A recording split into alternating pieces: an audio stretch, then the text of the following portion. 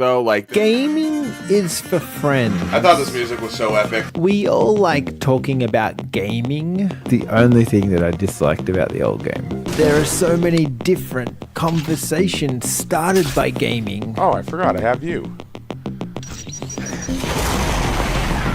This could be anything. Okay, walk in that green goo. Oh, nope. That's a no. Anything Gaming Podcast. Hi, welcome to Anything Gaming. This is episode 42, so like a fair few episodes in, and we're going to go into text-based and more what games have been maybe influenced from that text-based thing. And we always talk about platforming games and things like that, but we never really go into the other side, the other dirty side of gaming. As always, Woody is here. How are you going today, sir? I'm doing fine, just fantastic. In fact, I just beat Silent Hill 2. So I got kind of like a bit of a game high going on. You know when you finally beat a game, you see the credits and you're like, yeah, I got there. I'm kind of riding that a little right now. I got that high. I haven't had that high like as big as I had this. Except for about a month ago, me and my buddy, like we were playing Call of Duty in the zombies, and we got to beat one of the bosses.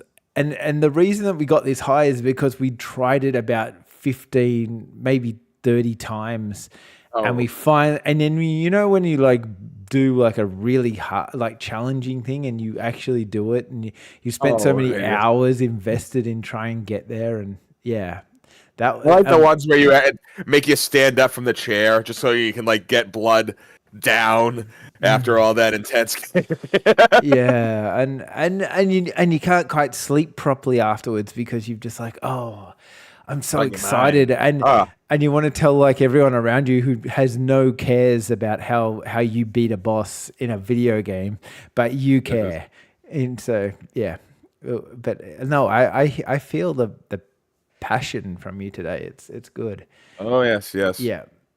But I will say this. It's funny because like some disclosure. We talk about what the topic will be of the day's episode. Sometimes we figure it out a ways back. And when you hit me with what today's was going to be, text-based adventure, the only one that I know that I've ever played was Zork. Have you ever played Zork? Maybe I can't remember. Like I get like this ain't it's not the first text based, but I would say it's definitely one of the more popular ones. Yeah. One game that sometimes gets confused for being a text based game is Oregon Trail, which does have text elements to it, you know.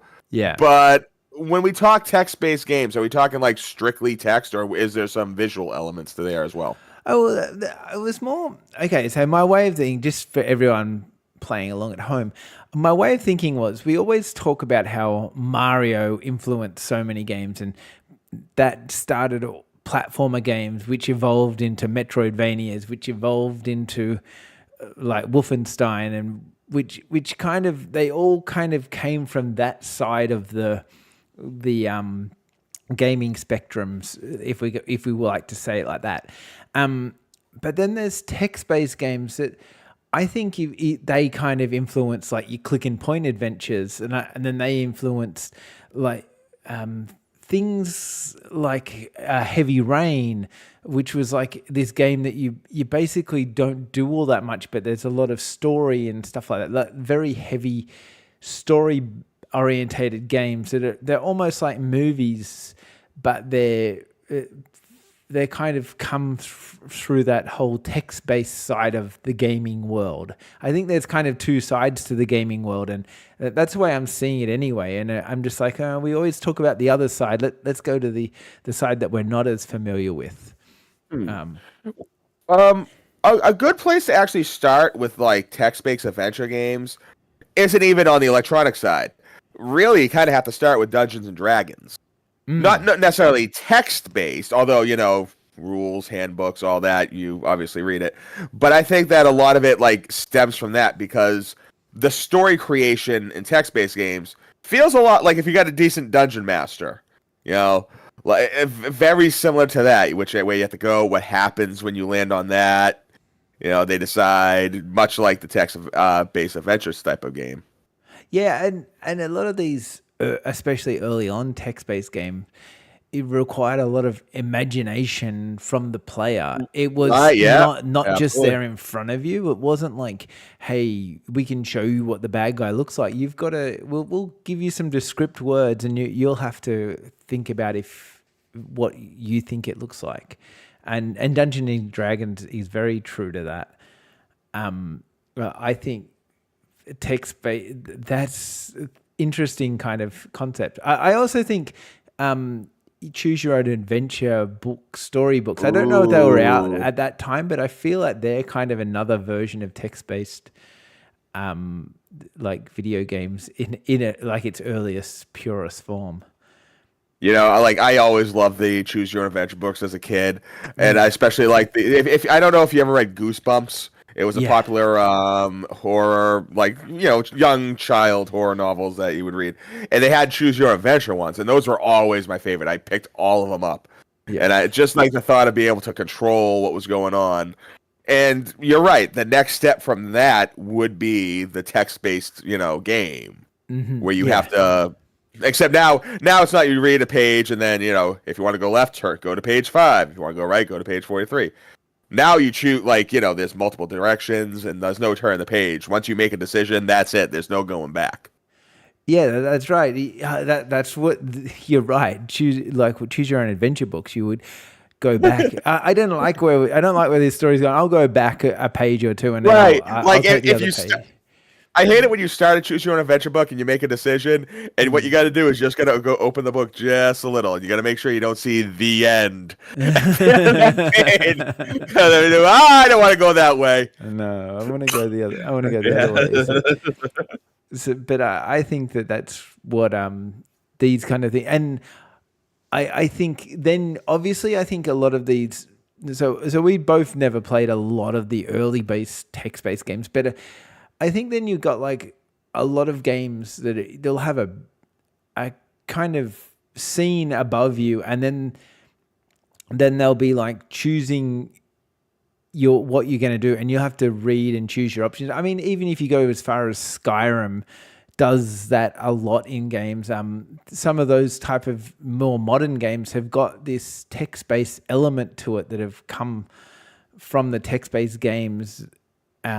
To create a story, but also letting you choose where the story goes. Well, I mean, any good text-based adventure game is going to be like a good book. It's going to make you care where you go. Even the simple, a lot of these games actually start with you waking up in bed, and it'll say you've awoken in bed. What will you do now? Yeah. I guess I'll get up. You have gotten up. There is an open window. Okay, well, and you got to think like that, okay, where am I going now? Where am I going now? Where am I going now? And you definitely see that in games like Skyrim. Although, obviously, once you add the graphical element to it, it kind of narrows the imagination a bit. There's only so much you can do now. Ironically, right? You think having more would give you more freedom, but it actually kind of limits you. Yeah. What about that game? It's always in your rude pile of games where you controlled the cameras and stuff like that. It was an 80s, 90s game, but you controlled the cameras, and it was Night Trap. Yes, Night Trap. That's your favorite. Yep. Is that? Could you kind of put that in a text based? Even though it's not text based, it's you choose your own adventure type of thing. Not really. You're not. You're not. No. You're not completely off, is what I'm saying. Because so for the uninitiated, honestly, for any younger people watching this, you play Five Nights at Freddy's, you've played Night Trap. But to anyone that knows, Night Trap there's 8 cameras for 8 different rooms in the house, and you gotta watch the camera at the right time when the enemies are walking the screen. And once they get to this particular spot where you can trap them, you'll see the little bar go over to the red, press the B button on your Genesis controller, and then he goes down. But in between all that, of course, you got other characters coming in, talking, adding more to the story. So I've never really thought of that connection from Night Trap to text-based adventure, but you are right because much like a text-based adventure, it gives you a set like go north, go south, go east, go west. Yeah, things like that, and it's so you're kind of focusing on that particular direction at that moment. Not unlike Night Trap, where that's what you're doing. Look at the bedroom, look at the bathroom, look at the hallway. Yeah, that's what I'm saying. Like that's very much what these text-based kind of games do. Another one for me was when you were a little boy. Well, when I say little, like teenager, and Leisure Suit Larry. Like that was my first introduction to like the huge text-based adventures type. Yes, yeah. I mean, well, it's kind of weird because like I hate to subject it to this, but in my mind, like a genre that I have in my mind is a Telltale game, even if it's not made by Telltale. And like for me, like even like game like Heavy Rain is almost like a Telltale game where you don't really do too much, but you are inputting information for the character to do this, do that, and go to this different destination. Not like the Telltale games today with Walking Dead and all them. And Leisure Suit Larry to me was like an early one of that, but even less so because it was like there was nothing to control even. But you did see Leisure Suit Larry, in all his glory, and he did decide exactly what he did on his date, and subsequently got crushed or got ate it. Got some kind of STI or whatever they call it, and you're like, they don't make games like that anymore, I know, and that was the way that your dad told you about the birds and the bees without telling you about the birds and the bees. It was scrambled cable channels for me. That's what 90s. 90s were great. Yeah. Have you ever played Baba Is You? I don't even know how to spell that. Baba. Baba is Baba. you. Baba is you. Baba is you. Yeah. I have not. No, I have not. But that sounds more recent, right? That's a very recent game, man. But it's okay. But then, so it is a weird version of a text-based game in my mind. It's like a Sudoku puzzle thing, but the boxes that you're pushing have got words in them. Like they'll say, push the box to the left, and then you'll go and push it to the left, and then it'll be like, but you've got to also push it to the right at the same time. And that's how you solve the puzzle. It's a very weird text-based kind of game, but it's giving you all your instructions text-based, and then you've got to try and solve the puzzle with these instructions like that. I can't, like, there was a lot of text-based games that were more story-orientated, but can you think of any early puzzle games that were like text-based? Well, I mean, the early puzzle games that were text-based would be like in the newspapers with jumbles and whatnot. And now that I think of it, you would think that would be able to make the leap to text-based games. Even back then, I mean, why not? I don't want to claim that there were games like that, but it seems like such an easy thing to have done. You'd see that before you'd see the actual text-based adventure games. Like anything, crosswords, jumbles, Scrabble, or something like that. Yeah. And so moving on to nowadays, before we go into the future of text-based games, what kind of things do you actually like these days that can kind of derive themselves from that text-based thing? Or when I say these days, within the last 10, 15 years, your these days is newer. It depends on exactly what you're doing, but I mean, any decent RPG now is text-based only on the or not even RPG. Resident Evil, how many books do you grab? Skyrim, how many journals do you grab? Mm. All this stuff. There's still a lot of reading in video games. It's actually funny. If you go from where the text-based game was, it was nothing but reading. Then, video games proper came. And honestly, there was very little reading because a lot of them had very little story. The only reading you would do would be in the manual. And as games get more advanced, and now you can actually have actual exposition in video games, not just through speech and action, but in that just written down material. Those in a way have come back.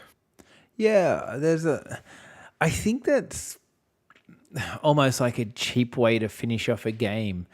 Some game, that's why I said kind of there are some cool memos, text, especially in the Resident Evil series. You'll see some that are pretty cool, but I mean, I can't think of one book in Skyrim I actually read, at the very least, that wasn't involved with a puzzle or for some reason you had to read to activate something. Anything just, there for being there, I never touched. I'd pick it up just to throw it in the pile. Yeah, I don't really like those. I'd like to know someone that actually does read all those books. There must be a person, surely. I mean, it's gonna be someone who's really into the lore, and I love Skyrim, but I'm not that into the lore, And it's not even just that. Anything, Fallout, a lot, even a lot of Zelda's text that you get. I was gonna say Zelda in that. I think Zelda is kind of derived from that text-based imagination kind of world. Well, I mean, to me, when you look at the text-based adventure games, that directly birthed adventure for the Atari. If you look at adventure, the fact that it's a couple directions you can go into, very simple. Go here, grab that, come home. Very text-based obviously gave you a little bit more because you could use your imagination, which means that if it said 5-story dragon, with scales that shimmered in the sun, you'll see it in your head. But Atari wasn't going to do that. But then adventure begot Legend of Zelda, which then begot pretty much every action RPG you can think of nowadays. Yeah, okay. No, I think that's what's been really good about it. Disco Asylum. I played some of that, yeah. That's meant to be in the text-based kind of realm. It is, yeah. It kind of reminded me of, okay, so we'll come back to Disco Elysium. That to me is those games like Sanitarium is another game where you control your character, and I wouldn't call it a Telltale game because at least with the Telltale games, movement's still there. You can walk around with the Back to the Future games and stuff. This is almost, I remember distinctly, much like Disco Elysium, or at least when I played on PC, it was point and click. You go here, you go there, and exposition, it would say stuff. You played Disco Elysium, I'm assuming, right? I played a little bit. I just could not find it enjoyable. It's a highly rated game, but for me, it was just not. One thing that hits you right away with a whole bunch of text and choices you got to make that just discover your character, and then you wake up in the room and you go from there. And that's a good chunk of the beginning. I don't like that in it. I like to fall into a game. I want a little bit of a chance to play with the controls, see if I like the game, and then start feeding me some story, That's how I like to. That's what I like from a game. Like Resident Evil does that quite well. They normally dump you in at a section and then you're off and doing stuff. Zelda does it really badly. Zelda makes you gives you about 5 hours worth of story and then you get to play. To be fair, Breath of the Wild didn't do that, but that is a big problem. I love Twilight Princess. Twilight Princess is one of my favorite Zelda games. Yeah, but it's hard for me to start new Twilight Princess because it's 4 hours until you can just until you're at the point where you can just go around Hyrule Field, do your thing. Get to the dungeon at some point, but you can talk to people, all that. Up until then, it's more. I wouldn't even say it's a tutorial. Cramming all this information into your head that you can't be bothered with. You're not even that interested in. Yeah, no, it was like those games in a row. Majora's Mask, Wind Waker, Twilight Princess, and even Skyward Sword.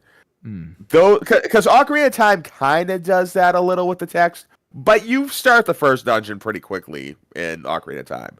Yeah. Like within like 5 minutes, you're going there. You just need the sword and shield, and boom, you're off. So at least then there's a whole lot of exposition because then you got to go to the castle and stuff. But at least it gives you that bit of action to hook you in first. Yeah. But the other ones, man. Yeah, you got to get there first. I like to get give me some bit of action, then start giving me some story after I've enjoyed that. Like I want to know if I want to play this game, and I think that's the way that games are going now. Because, well, I mean, how many games are you downloading for free these days? If you can't get into it in the first 5 minutes, you're just going to go and download the next game. Like that's the way that games are going a little bit. So. This is kind of off topic, but since we're talking about stories of video games, how do you like the flash forwards? Are you a fan of those? Are you a fan of that starting a video game up? Like where you play at the end of the game at the start. Could be the end, could be the beginning, could be like for me, my favorite one of all time is Uncharted 2.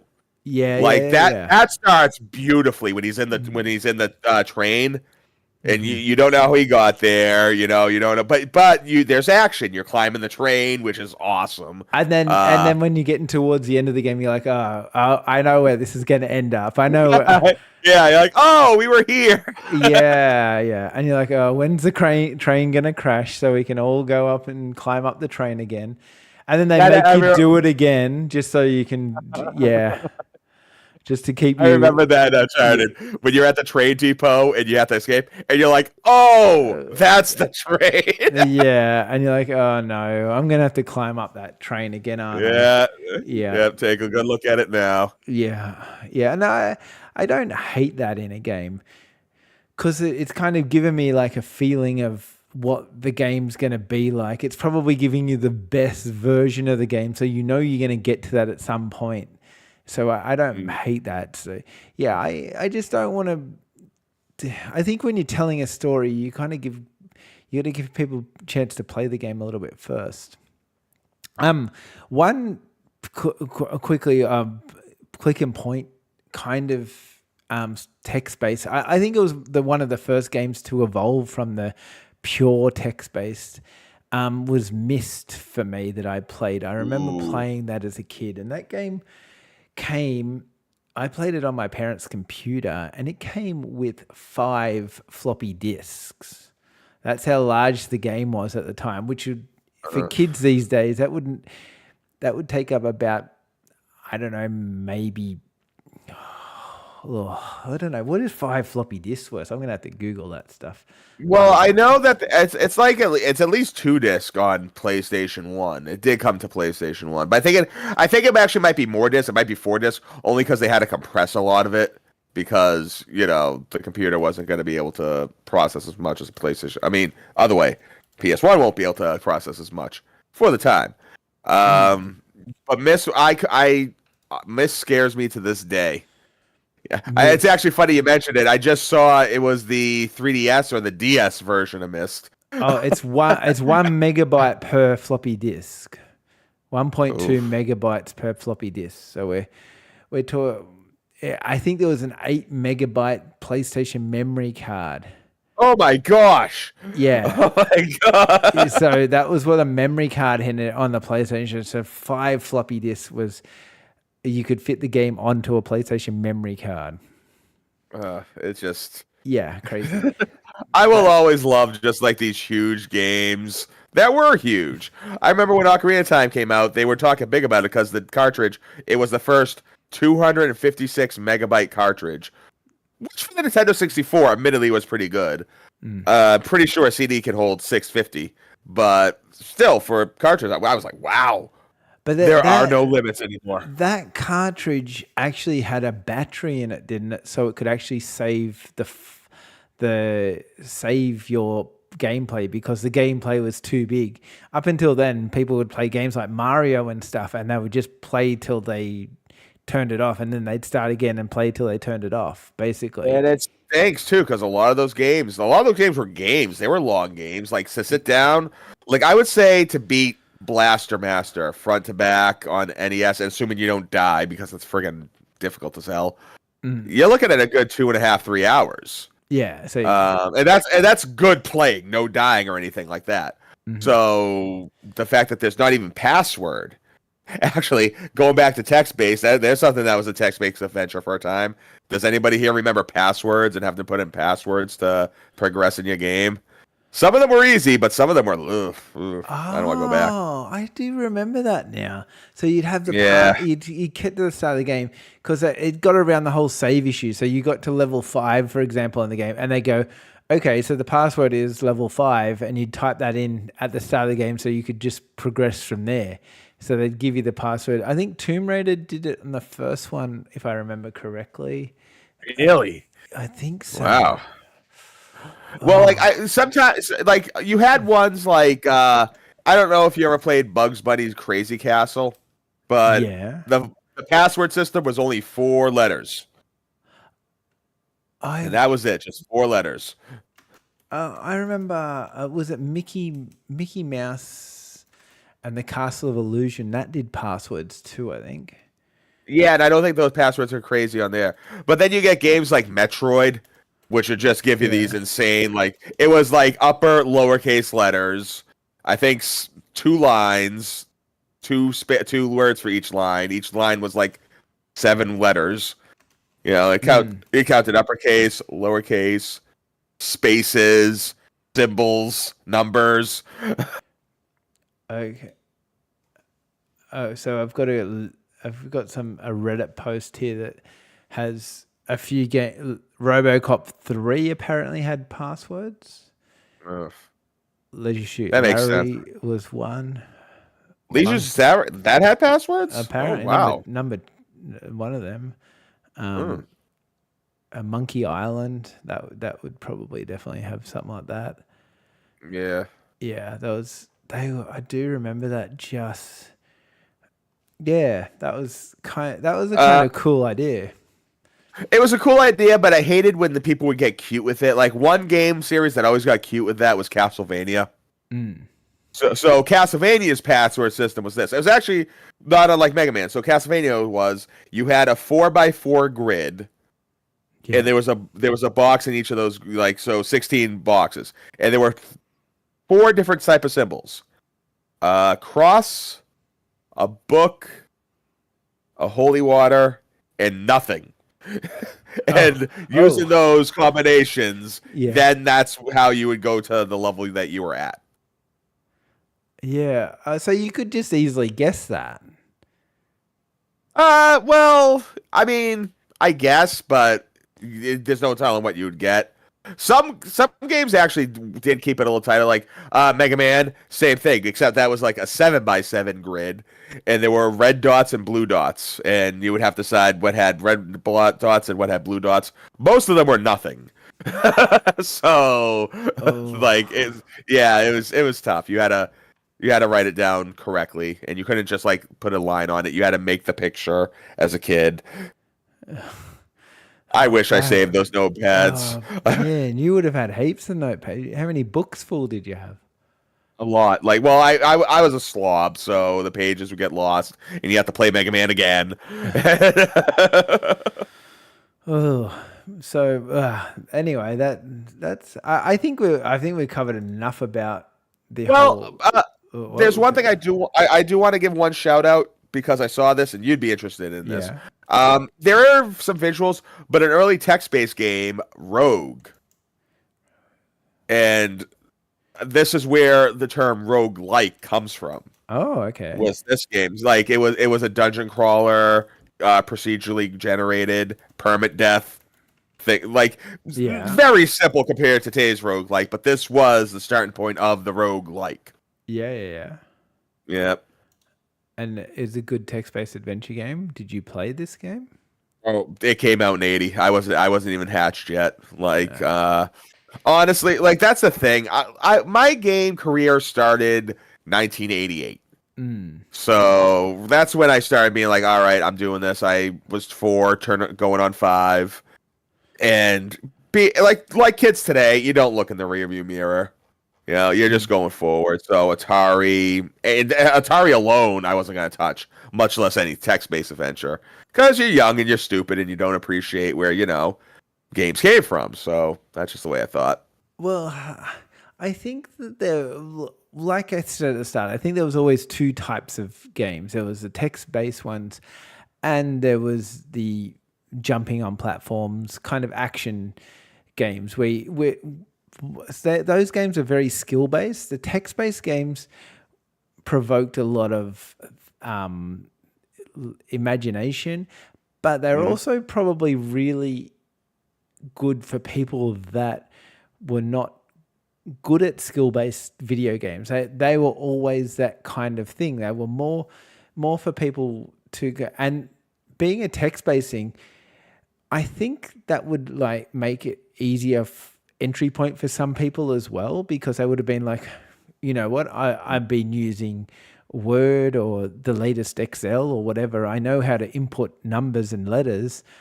I can read that and I can write in some numbers and letters. This is easier than learning how to jump and do crazy things in video games. So I still think that these text-based games and the point-and-click games are very geared towards people that, not saying they're not skilled at video games, but they want to relax into a video game without having to physically be great at doing that game. They want to just enjoy the story and that part of the video game. I mean, you're right. I mean, look, the fact is, and I don't think it's any big secret that the majority, that's just calling for one of our nerds, geeks, dweebs, whatever. I'm one of them. And one thing that we do like to do, one thing that any real nerd loves to do, is to read. We love reading. We love comprehending.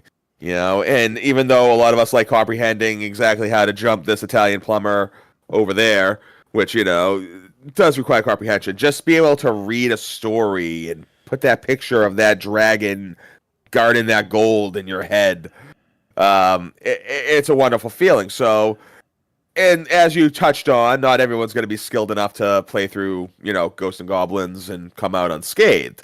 But you still want that stimulus. You still want that story. You still want that transportation to a world that's not there, a world that you can't necessarily touch, but which can be in your head with crystal clear, picture. And that's where the text-based and even the point-and-clicks today come in. The ones that really challenge you to think of exactly what they're trying to tell you. They're not going to make it easy for you. They're not going to they'll give you some things, dark cave, spooky house, flying spaceship. But that's it.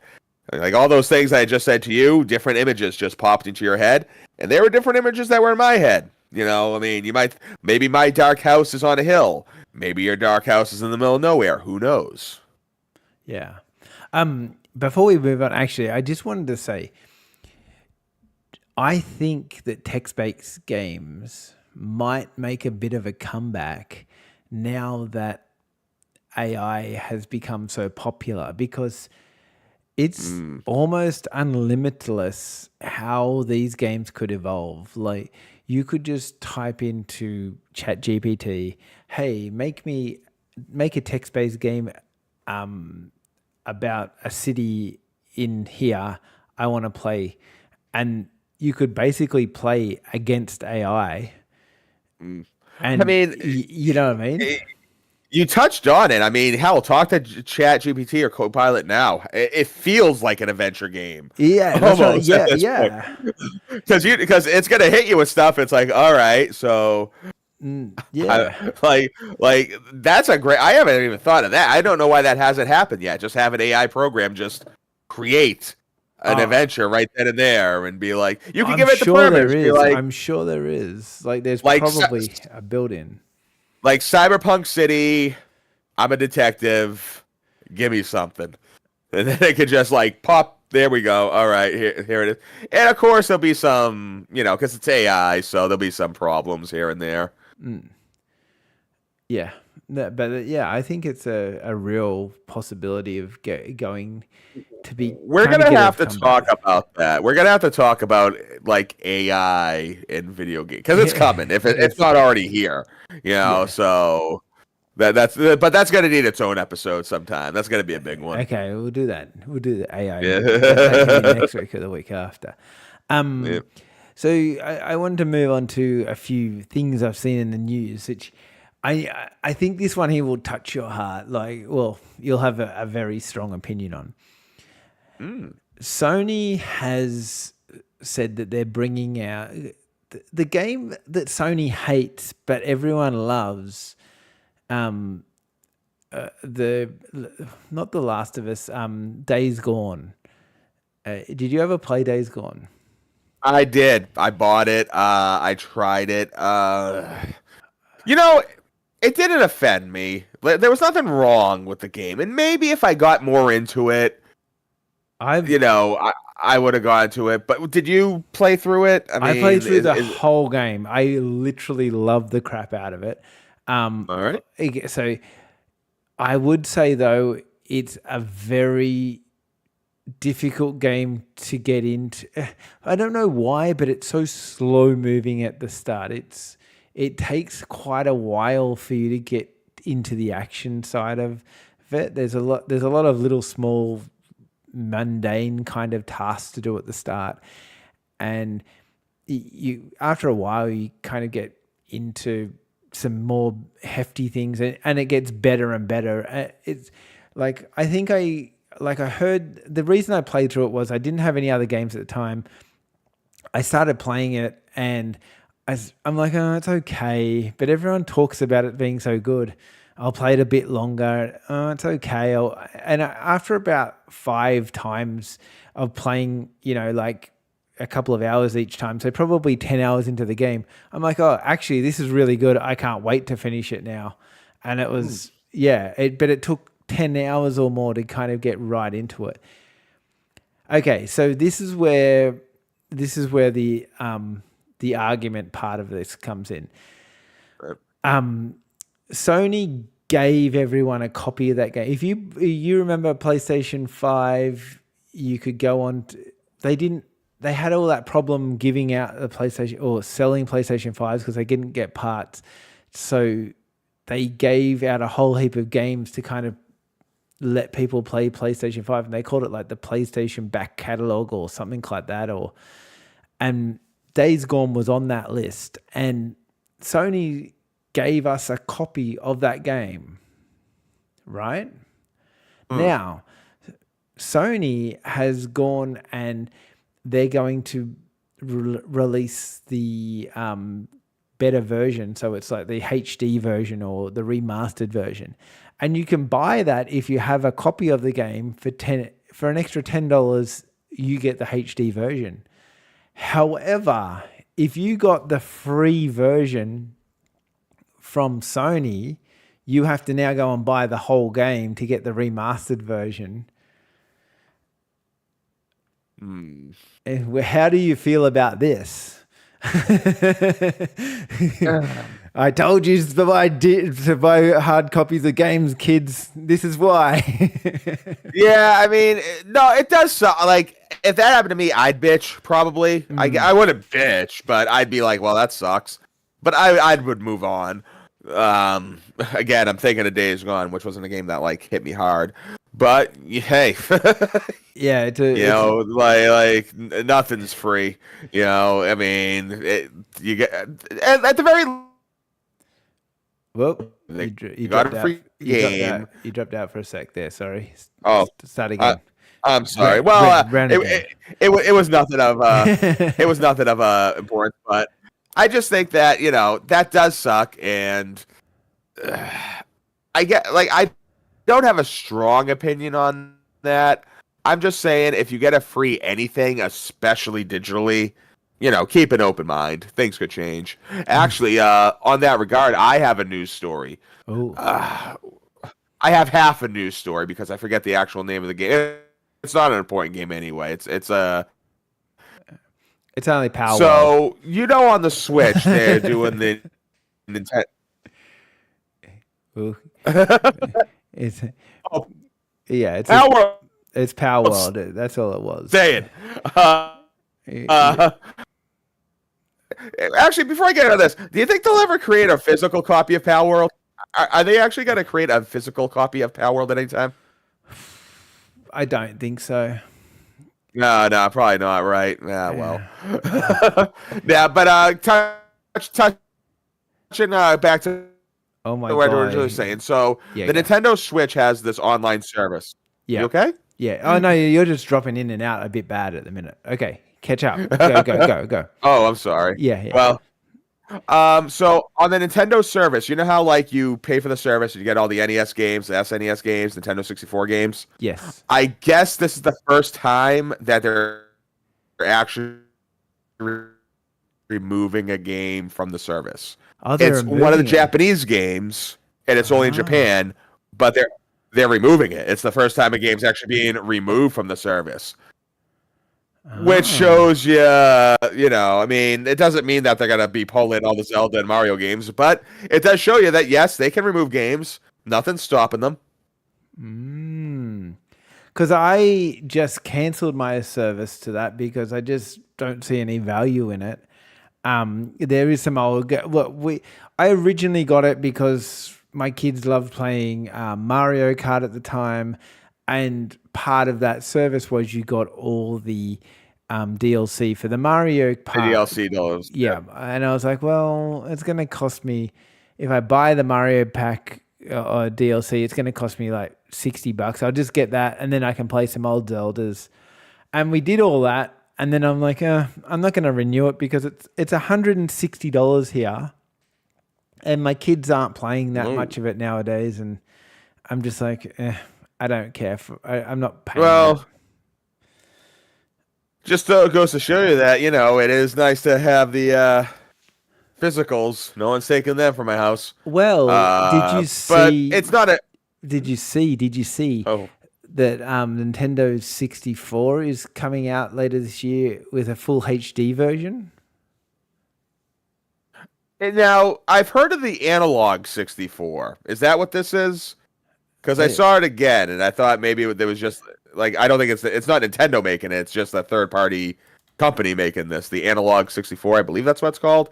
It's spelled UK. Like, not anal, like analog. It's actually got the UGE at the end. Yeah, that's exactly what I was talking about. Yes. Yeah, analog. Yep. It's I will be releasing picking it for up. $250. So basically, you can just play all your old 64 games, and plugs into HDMI cable straight into your TV. Like, every person like you in the world is going to have 6 of them. Like, see, here's the thing. I got a converter for my Nintendo 64, so I can do it.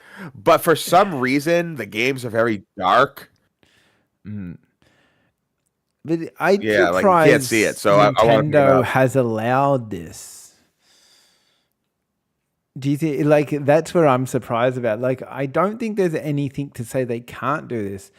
I'm just wondering if it's something that Nintendo said, yeah, that's okay, or if they sometimes let things happen and then see how much popularity there is, and then at the last minute they go, by the way, here's a cease and assist. Don't do that. You know what I mean? Like, it can they can't do it for the same reason why they can't do it for the Nintendo and Super Nintendo. I don't know how patent laws work all across the globe, but from my understanding, here in the States, once 20 years goes by after filing a patent, then that's it. Anyone can make it. And consider, I mean, that's the reason. Maybe that's the reason why they haven't released it yet, because we're coming on to the 30th year anniversary next year of the American release of the Nintendo 64. But maybe the patent itself got filed in 1995 just to make way for it. So when they did release it, they could, stop anyone else from making their things. They could have extended it, but yeah, I don't think Nintendo has a leg to stand on that. They can't just, print copies of Mario 64 or Ocarina of Time and start selling those. But they could sell the hardware, absolutely. Yeah, hell, they can make their own controllers. And that's the other thing that I'm kind of confused about if Nintendo's not making it. How many old cartridges are still in the world? Like, you know, like where are you? I know that you've got half of the world's collection, but what about like what about the other people that like I wouldn't mind one of them, but I don't have any old cartridges. You know? But see, okay, so the good thing about the cartridges, though, is that one thing you got to understand: these things are durable. You know, as opposed to the CDs, which must stay in. Cartridges are cartridges. Like, I mean, even my NES cartridges, you could just plug in, play, boom, go for that. So the cartridges are out there. It's just a matter of getting more. There are solutions. There's limited run. They still make cartridges for Yeah. They make them for various new games too, don't systems. they? I got a Sega Genesis one. Can you make? Oh yeah. Can I brand new game? Can I go and release Um, my game on a Nintendo 64 in a new cartridge? Is there anything stopping me for doing that? Just the limits of what the N64 can do. Yeah. I hate to tell you, but I think Light Haze World. I don't think Nintendo 64 is running that game. The music alone, I don't think it could run. The music alone. Yeah, that's true. Yeah, sorry, man. But I mean, hey, maybe you should do that. Make a low-res version of Light Haze World. Yeah. That's next dream. I'll make it. Okay. Yeah. Anyway. I was gonna say we might call it quits because you're breaking up bad. Like you're not going very clearly. Oh really? I don't know. The internet's dropping in and out a little bit, so we might not drag it on too much longer because I think it's gonna get worse and worse and worse. But all right. We can always do it next time. All right. Sounds good. Yeah. Anyway, thanks for watching us. We'll talk again.